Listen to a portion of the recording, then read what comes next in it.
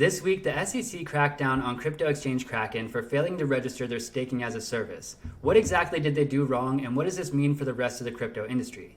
We're going to answer those questions and more in today's episode of Cryptorama. I'm your host, Fryler. Here on the channel, my goal is to empower you with the knowledge you need to achieve financial freedom through the power of cryptocurrency. Don't forget to like and subscribe so you don't miss out on future coverage. So as I already mentioned, Kraken has agreed in a settlement to pay $30 million and to halt their staking as a service for US customers. So what exactly went wrong here? Basically what happened is they're offering staking as a service by taking custody of your tokens and then promising you a return. They were promising their customers anywhere between 4 and 20% return, which the SEC says, no, you can't do that. You need to register with us. You need to disclose the risk to your customers. What you're doing is wrong. Kraken said, hey, we're going to stop it for the US customers. We're going to pay this $30 million fine. But the caveat is they're still allowed to continue that service for overseas customers, and US customers could use VPNs and things to skate around it.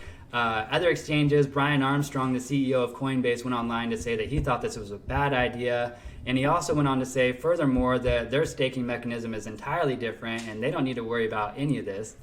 Well, that's not exactly true, according to Gary Gensler from the SEC. He was on CNBC and he said that no matter what terminology you're trying to use, whether you're calling it lending, APY, whatever, if you're offering custodial staking as a service, you've been put on notice. So all these other exchanges that are holding custody of your tokens and then providing you a return, you need to bail. You need to get your money off that exchange. As you know, I'm always preaching that here on the channel. Hopefully this ends up being a net positive for crypto because it's going to point people in the right direction, which is you need to take self-custody of your tokens and stake them yourself. So basically the SEC is encouraging people to help decentralize crypto, which is really going to be a good thing in the end. So another question this raises is how is the SEC even going to regulate this when the terms like staking and custodial and stuff like that aren't even defined for them?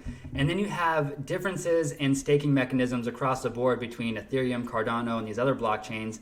Are they going to try and lump them all in together? I'd like to show you real quick a quote by Charles Hoskinson because I think he said it really well. So as you can see, February 8th, the day before all this news broke, Brian Armstrong saying, we heard rumors that the SEC is trying to get rid of crypto staking in the US for retail customers. I hope that's not the case, as it would be a terrible path for the US. So Charles Hoskinson goes on to say, Ethereum staking is problematic. Temporarily giving up your assets to someone else to have a return looks like a regulated product. Slashing in bonds are not so good either. Non-custodial liquid staking, on the other hand, is like the mining pools we've used for 13 years. We thought a lot about what makes sense for a sustainable proof-of-stake protocol that promotes control by the many instead of the few and creates a large decentralized environment. Locking funds, encouraging centralization, and poor protocol design hurt the whole industry. It's sad that proof-of-stake protocols might get lumped together due to a fundamental misunderstanding about the actual facts of operation and design. It's like comparing 3 Mile Island to a modern 4th-generation nuclear reactor because they both use the word fission. So Charles Hoskinson, of course, the creator of Cardano, drawing a clear line between the difference between something like Ethereum staking model, which locks up your tokens for a while, which means that, you can't get access to them. It's not liquid. They're also taking custody of them. They could be slashed, which means you could lose some of your money if people are acting bad. Cardano is entirely different. It's always liquid. It's non-custodial, meaning you always keep custody of your tokens. You can always transfer and withdraw. If you add more to your wallet, it's automatically staked.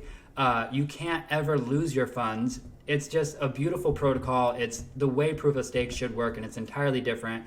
So hopefully, like Charles Hoskinson said, this is going to bring, well, he didn't say it, but hopefully it's going to bring attention to the differences and highlight the fact that Cardano is superior technology when it comes to proof of stake. So if we could get people moving their crypto off the exchange and into a sound protocol like Cardano, which is being future-proofed and ready for these regulations, again, just a net win for the industry and especially for Cardano.